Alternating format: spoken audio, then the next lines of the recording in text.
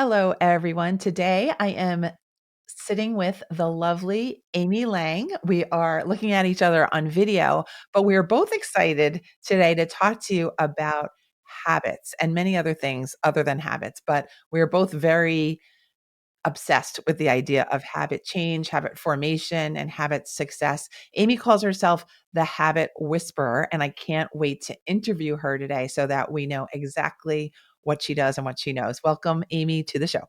Well, thank you so much for having me. I'm thrilled to be here and I'm excited for a fun filled conversation. Yes, absolutely. Amy is totally fun, by the way. So, Amy, tell us a few things about you and your history and your journey and how you've gotten to be the habit whisperer. Okay. Well, a little bit about me. So I grew up in Michigan. Go Blue. I went to University of Michigan. And I moved out to San Francisco after college. Worked in financial services, got my MBA from Fordham University. So I was out in New York for a bit and then worked in high tech for 10 years before I finally decided to pursue my passion. And that was all around health. So I had struggled with weight for since I was like 14 years old. And I became the owner of a health club, of all things. So, Pacific Heights Health Club in San Francisco. I owned and operated that for 15 plus years. So, became a personal trainer and health coach, all that good stuff. And then in November 2019, I closed the club. So, this is before the pandemic shutdown. I'm very grateful for my timing. I decided I didn't want to renew the lease and I wanted to do more coaching. I got into this whole like, how do I help people? So many people, new year, they want to join a health club so they can get healthier and lose weight and all that stuff. And I had seen really kind of what worked, what didn't work. And I wanted to coach people specifically on that. So, closed the club and founded Moxie Club, which is what I'm doing now. That is amazing. So you've been all over every zone, it sounds like, every geographic zone and every career zone, it seems like, and you're still going. Now you're in the entrepreneurial space with Moxie Club too. Can you describe what Moxie Club is? I know that's the end of the story, but I'm curious myself. So, Moxie Club is focused on coaching for deep health. So, we're all about working with your brain and body. So, when we talk about habits, I think I'm always talking about like, how do we make it easy? And so, it's working with our brain and our body to create habits to make things easy and automatic. And Moxie Club, because of my background, I really work mostly with women in STEM, so high tech. I got a lot of folks in wellness and healthcare that I work with as well. Um, and I have some online courses. I do a lot of coaching, both, not really in person these days, some one on one coaching, but it's all online. Okay, lovely. Do you feel like this is what you're meant to do? Do you feel like this is a part of your journey and you're headed somewhere else? Where do you think you are right now? I, I think when I think about the impact that I want to make, I remember way back when I first took over the health club, I said I wanted to help people create happy, healthy lifestyles. And then I started getting a little bit more specific about wanting to help change the obesity curve trend line. Uh, and ultimately, I actually think I decided that's really the wrong focus for me. It really is about what it takes to be happy and healthy. And if you're doing those things, like Weight Watchers, you become focused on the scale. That's not happiness, in my opinion. So in the world of Amy, it's more about being joyful. And I actually signed a contract. I'm going to write a book this year. Ah, So congratulations. I did not know that, ladies and gentlemen. I did not know that. So Amy Draft, you heard it here first on the you Make heard Time your for word? Success podcast. Yeah. Congratulations. That's wonderful. Thank you. And so proud of you. So excited for you. Can't wait to see that book. Can you describe what made you understand that it was the happiness that you were going for first rather than anything related to the weight itself, that the happiness was actually the vehicle that you would stand by? So when I owned a health club and I started coaching folks one on one, so I focused primarily on women over 50. We had like a 6 week challenge. We called it the Little Black Dress Project. Hugely successful. And when I sat down with folks and I asked them, why? Like, why are you here? What are your goals? And I remember the first time I heard someone say to me, I'm disgusted with my body. It broke my heart.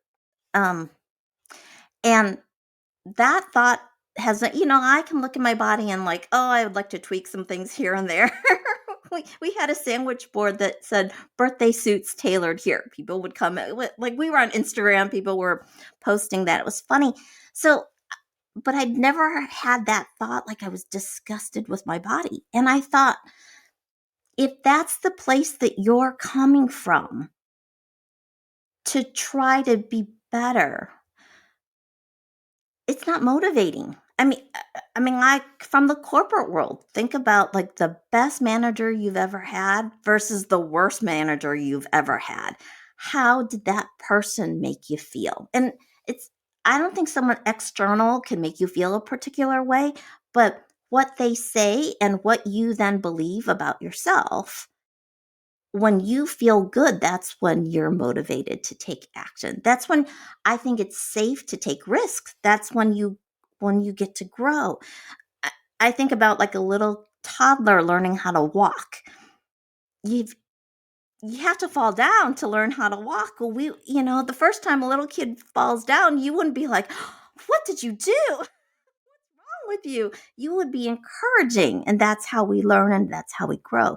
And so I think it was coming from a place of love and kindness and care, right? That we get to change and become better and figure out who we want to be and how to be happy and healthy. It's a beautiful thought. I inherently agree with that philosophy. I think you are absolutely correct that it's much easier to develop and change if you're feeling like you are able to support yourself and you love yourself and you're feeling positively about your chances of improvement or change. I think that goes a really long way. Was there a change within you that allowed you to be the person who was focused on happiness rather than on a self-critical zone or attitude about yourself or your body? I actually think the change wasn't so much about weight loss. It was actually about understanding how much my thoughts affected how I felt and the options that I saw available to me. So when I was in my early 30s, so I'm the firstborn daughter of immigrants. My parents both have master's degrees in chemistry, came from Taiwan, and my dad was super strict when I was growing up, which, as an adult, I understand. Yeah, parents make mistakes and they try their best, all that stuff, but we don't do it perfectly. So, right, you do your best. I actually don't have any kids. So, not a parent. I kudos to all of you who, who, who are doing that because I know you're trying your best. And, but I had a lot of fights with my dad over control. And I remember at one point going through a really bad breakup in my early 30s. And I went and actually got 3 years of therapy. And during that, so my guide there is Dr. Pam Ablidinger in San Francisco. And she taught me something called the Wheel of Awareness, which, if you go look it up, it doesn't exist as what I was taught. So I've now called it the learning cycle. And but I'm sure, Christine, you're familiar with this. Is the idea around like you have a particular situation, and from that situation, you have all these inputs into your brain. So I call them like thoughts and beliefs, right? We have a filter. And through those thoughts, we and the beliefs, we come up with an interpretation. And it's that interpretation that drives the emotion that we feel. From that emotion, we then can see, like, here are the options and what am I going to choose in terms of how I respond to that. And then from that response, I get some kind of outcome. That outcome is evidence from my brain. And we have something called a confirmation bias where we keep trying to prove ourselves right. So there's this mental model. And when I went to counseling, I remember I talked about having this fight with my dad. And it was one of those like foregone conclusion. I say this, he's going to do this, and off we go. And she's like, she taught me this. And I had the benefit of someone objective who was able to go, let's pause, take a look at that thought as if it were on a table. You are not your thoughts, right? You've heard this before. And I said, well, this is what's going to happen. And she's like, well, what if? And we literally brainstormed all these different ways that I could respond. And I didn't want to be manipulative. I remember feeling like I didn't want to be manipulative. And she's like, well, what of these responses do you feel is genuine, where you could communicate in a direct way that wasn't fighting or anything, right? Like you stand in your own power kind of thing. And I can't even remember what we used to fight about, but I remember going home for Thanksgiving that year. Sure enough, that situation came up. I had the benefit of all that work that I had done. I tried it. And lo and behold, my dad's response was different. And that was the beginning. For me, that was the beginning of understanding how much power that particular process had. Because it was such an ingrained pattern. And I had all this idea, the belief that it wasn't going to change. And ta-da, in one moment. Yeah, yeah. That's a long story, but I was just going to say it's such a fantastic, beautiful, perfect story to illustrate the power of our thinking and the power of our belief systems. And they are systems because our family of origins are involved in creating our thought patterns in a systematic way where we're seeing scenes and we're thinking that everything is fixed yep, and we're seeing them replayed over and over and over again. And your one story is perfect. It's such a great example of how you only need one example of the other story to yeah, realize that it was a story all along, actually. And it might have been like a very true story, but it's still a story. And stories are inherently changeable. We tell the same fairy tales over and over again until the next person tells the fairy tale and they're telling it a totally different way. Like it's not Red Riding Hood anymore. She's in a different forest or she's wearing different clothing or there's a different outcome. It's okay. We'll survive, right? yeah. We think as part of that story, we have to maintain the integrity of the story. We really don't. And I'm so glad that I asked these questions so that you can tell that story because it's so beautifully illustrative, Well, right? That thank you. yes, thank you. That we are responsible and in control of more than we might realize and that we really are very powerful Yeah. when we know how to access our control of our thoughts, feelings, and reactions. It's empowering. That's for me. It was this moment where I understood that it was that interpretation, and I had the ability to pause and take a look at it and say, "Is this true?"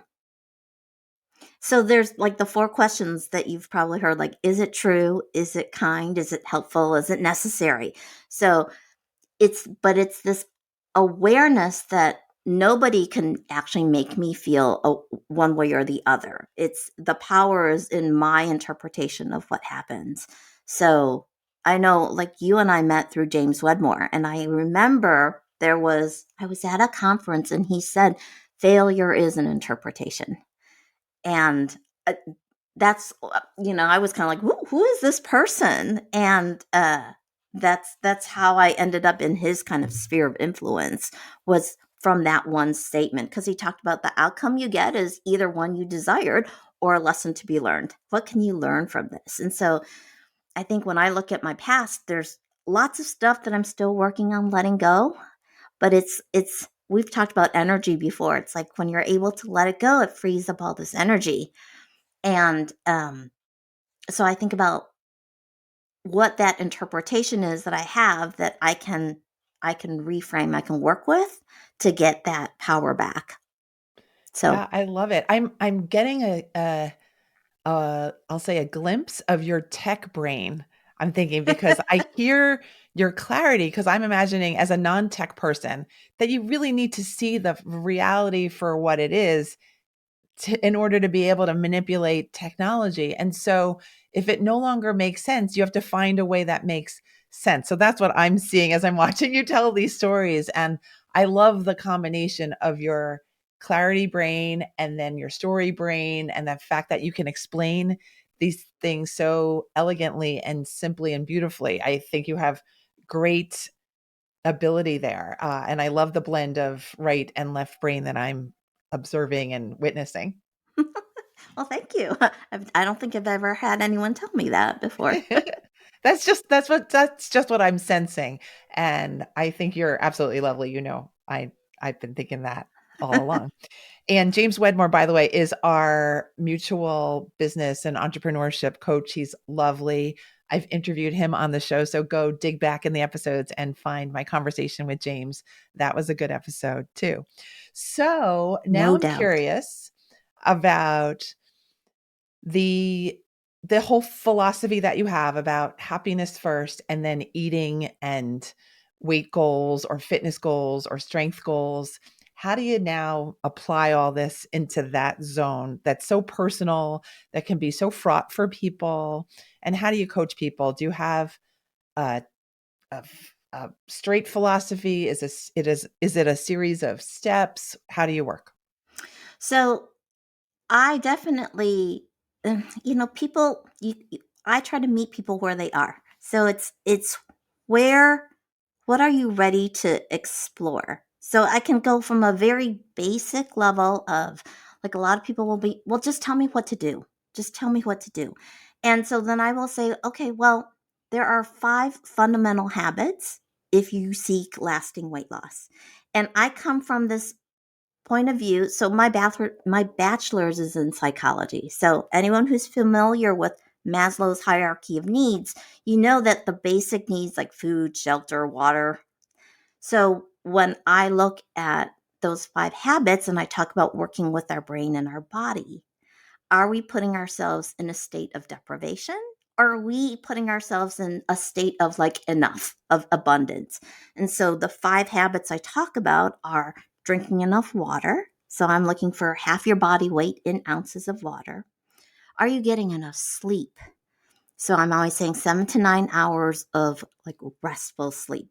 And I actually got an Aura ring because I wanted to track my own. So it helps to have feedback. You can have the qualitative, wake up, how do you feel? And then it's nice to have some like objective data as well to take a look at, see if it lines up. Um, I talk about eating 5 servings of fruits and vegetables. I think in the US diet, we tend to get enough protein. We tend not to get all the micronutrients from, yeah, the clients that I've worked with. When I ask on average, how much are you eating of fruits and vegetables? It's I don't think I've ever heard anyone say 5 to start with. So I say go for 5. If you can do more, great. Nice mix of fruits and vegetables, the colors of the rainbow, all that good stuff. Number 4 is 30 minutes of mindful movement. And I say movement is opposed to exercise because people have a fraught relationship with exercise. I know I did. Like, I used to think to myself, if I didn't need to lose weight, I wouldn't be exercising. That it right there was this link there, and I'm like, oh, I love moving my body. What can I do to find, right, what can I find that I enjoy doing? And so, and then as a personal trainer, I understand the benefits of progression and strength training and all that stuff. I incorporated. And then the fifth one is to eat until you're comfortably full. eat when you're hungry, stop when you're comfortably full. So it really is about listening to your body. So those are the 5 fundamental habits for lasting weight loss. That's a starting point. And from a habit standpoint, I'm talking a lot. Do you want me to talk I from a want you to habit continue. from a habit standpoint? I will say I talk about 5, but I want you to pick one. And I want you to pick actually the one that you think is easiest for you. Okay. So I want to give your brain evidence that this process works. And when I say the easiest one, like if you say, okay, well, right now I'm drinking 5 glasses of water a day and I want to go for 8. I'm like, okay, I still, can you really go from 5 to 8? Do you have a high confidence level in that? And if not, what about one more glass? And how specific can we get about where you're going to add that one glass? Like if you're not drinking water when you first get up in the morning, but you drink coffee, can I stack a glass of water on top of that? So I'm looking to get super, super specific. James Wedmore calls it binary action. I want it to be so specific that you can literally say, yes, I did it, or no, I didn't, as opposed to making it vague. Because vague, then we find ways to procrastinate. So if I make it super simple and easy, then I can hopefully decrease the resistance. So pick one. I mean, I'm in California here in the San Francisco Bay Area, and it's been raining like crazy for the last few, I don't know, it's coming up on 3 weeks. We have our 11th storm today at the time of this recording coming. And then I think we're going to have a little break. But what happens in the new year for folks when they think about weight loss, a lot of folks will want to try to do a complete overhaul. Right? I said 5 habits, and I'm telling you, if you're tempted to do all 5, this is kind of like California needs the rain, but we don't need it all at once. It's I have all kinds of expressions like you're trying to boil the ocean. Like I want you to set yourself up for success. And so that's why I say, trust me, I know this process works. And there's a mindset component there where I'm literally giving your brain evidence that this works and that you can do it, that you can be successful. And, James, what's his name? James Clear in Atomic Habits talks about like the 2-minute rule where you make that habit super easy. So it's all that same thought process that I'm talking about. So, anyways, I've been talking a long time, but if folks are thinking about weight loss, that would be like the most basic thing I can teach. Wonderful. And it sounds really like common sense. And yet, like you said, it's all of this stuff can be very fraught for people. I know that I don't drink enough water and that I've been medically advised to do so. And Mm. so you make me think a lot about just what might be the common objections you get from people, the common areas of resistance that you see, and then how you work with people so that they kind of rise above the resistance. Common resistance. Well, when I owned the health club, I would say, how many times have you told yourself, I hate exercise, or I don't like the exercise itself or working out, but I like how I feel afterwards? And so we create resistance when we say that, because why would you want to do something that you don't enjoy? I I can think of some reasons, but from a motivation standpoint, we're making it harder. So then I would say, can you try to notice what you do enjoy about it? Can you find something that you do enjoy? Can you notice how it feels in your body? Can you be grateful that you can do certain things? Like I broke my shoulder, 3-part fracture of the humeral head 10 years ago in a fall. And I remember how grateful I was when I could do a full push up again. And prior to that, it's like, oh, I push-ups, like what a pain in the. But afterwards, I was like, oh, I'm so grateful I have that ability and the strength, and I've recovered. So it's how do you find gratitude? How do you find appreciation? So in the resistance, there's a cue. In the resistance, it's like, okay, I'm thinking about this a certain way. And can I come up with something else that I believe that will help me? And so that some people will say go the exact opposite. And I'm like, okay, well, that's going to take a lot of repetition for you to believe it. And I'm a firm believer in affirmations, but for something like a habit change like that, I think I just want to use little words like yet. Like I can't do this yet, but I'm working on it. Like, so you add the but, the yet and the but somewhere in there to make it so that you actually believe it. So I'm always looking for the words that people use that tell me that that trade-off, if you will, of doing it versus not doing it. I need to change the balance. So I don't know if that answered the question, but Yeah, I'm just sitting here quietly because I want to hear more from you and I love everything that you're saying. So please don't feel like you're talking too much. I am again noting that you're like the builder of things that make sense. So again, the technical, logical side is coming through, but you also have the heart of someone who is empathic and understands that change can feel really heavy and impossible, and that we can struggle and we can come up with all sorts of language patterns that create excuses that end up blocking us. So I just say kudos for figuring out the nice blend of supporting people, giving them reasonable things to try, and then really knowing how to bring them through to the other side. I'm sure your clients just adore you. well, I'm kind of curious because you talked about drinking more water. So, like, what kind of resistance do you run into? How much water do you drink right now? I won't say that, but I will say that don't like drinking water. So Okay. that's actually a complicated thing. And just earlier today, I wondered to myself, I wonder why out of our sink faucet we don't have seltzer water coming out, because I will drink seltzer water. Oh. So it's actually a funny thing. I actually probably have increased my water intake because of medical suggestions and because it is healthier and because I do want to move in the direction of having more.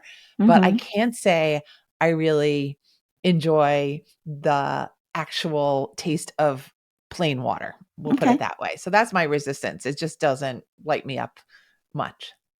But you like seltzer water. Pretty You much like love and bubbles. depend on seltzer water. Yeah. Okay. Have you gotten like one of those soda stream thingies? I was an early adopter of those soda stream thingies, but that has kind of gone by the wayside. So now we're buying cans and there's always cans around. So the supply is not an issue.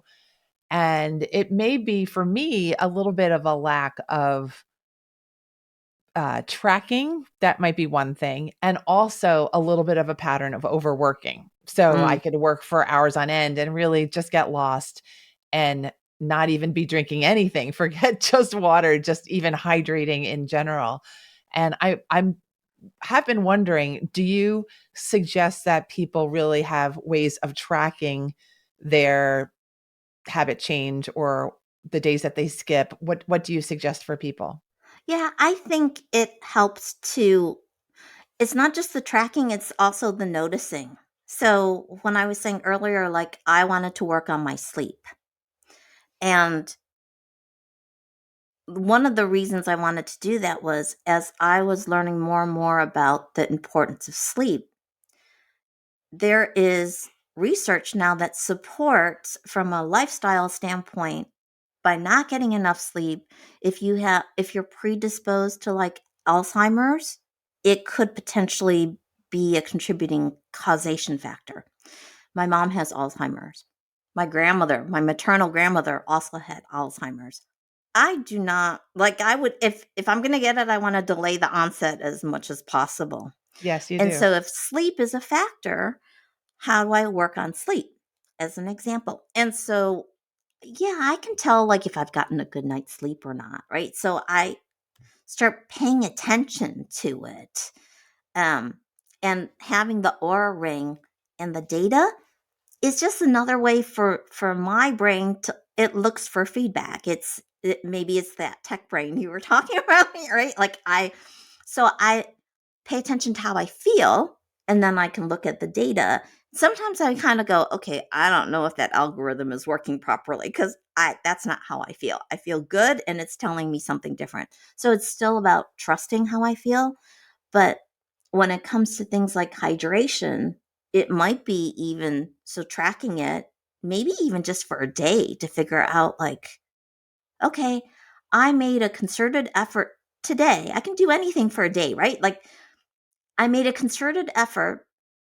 How did it feel? What worked? What didn't work? What could I change? How can I make it a little easier? What did I like? Right? You were talking about like, okay, I like these sorts of things. There's lots of, when it comes to hydration, like fruits and vegetables have a lot of water content too. So you don't have to drink water. There's lots of other ways to get that content into your body too. So I think it's, I'm always just like, let's brainstorm different ideas and see like what might you want to try. So it's not like, no, you got to do this. But yeah, tracking helps. Tracking helps. Some people like doing that, some people don't. So I kind of go, well, can you do it for 3 days just so we have some data to see uh and like what are you actually tracking so that we can take a look at, okay, well, how about we try this? So I'm very much into experimenting and seeing what works and what doesn't work. So, I love it. And I want to tell our listeners that throughout this conversation, Amy has been smiling throughout. This really seems to be work that is really aligned with her. And she is just such a joyful person. And I want to invite Amy to let us all know how we can stay connected to you, how we can work with you, what services you offer for people. And I want you to let us know about your podcast as well. I want people not to miss that. oh, okay. So, before I forget, so the podcast is Happy and Healthy with Amy Lang. And you can find me on Apple and Stitcher, Google, Spotify. I think those are the 4 places, along with on my website. So that's moxie-club.com. And on Instagram, I'm at Habit Whisperer. Uh, let's see, LinkedIn, it's amy.moxieclub. Facebook, it's amy.moxieclub. If you go to my website, it's all there. Um, and then as far as the work that I do, so I focus primarily on one-on-one coaching right now. I do have some online courses. So I have like Stop Emotional Eating as a starting point for a lot of folks, I've noticed is helpful. Um, and then I am actually thinking about starting uh, like a beta coaching program on becoming a joyful eater. So, as I'm sort of working through that, I'm going to let Christine know. And so, if you're interested in that, definitely let me know. Raise your hand. I'll have like a landing page you can go to for that. And really, that's where we're going to put all of it together. So I have this new sort of blueprint around becoming a joyful eater. So we talked about like the basics, the fundamental 5. My blueprint now, I have like 4 pillars. So if you think about blueprint in a house, right? Like if you have a house, you're going to have a bedroom, right? So I call it a place to sleep. So I call that like the first pillar is love. And so with love, we talk about acceptance, we talk about boundaries, we talk about compassion. And really, I'm trying to move us from like disparaging to cherishing our life, our bodies, our health, all of that. So think about that. Like I say, love. So I sort of think about a house as like a bedroom, right? And then when I talk about nourish, I'm talking about our mind, our body, our soul. Um, and I talked about Maslow's hierarchy. So we have nutrition, movement, sleep, but I also look at relationships and I look at like growth. Like we as people, we want to grow. So how do we support that? So when I think nourish, I think like, well, if you have a home, you have a kitchen and dining room, right? We have to eat. And really, this is about moving from like abusing to caring. And then the third pillar is gratitude.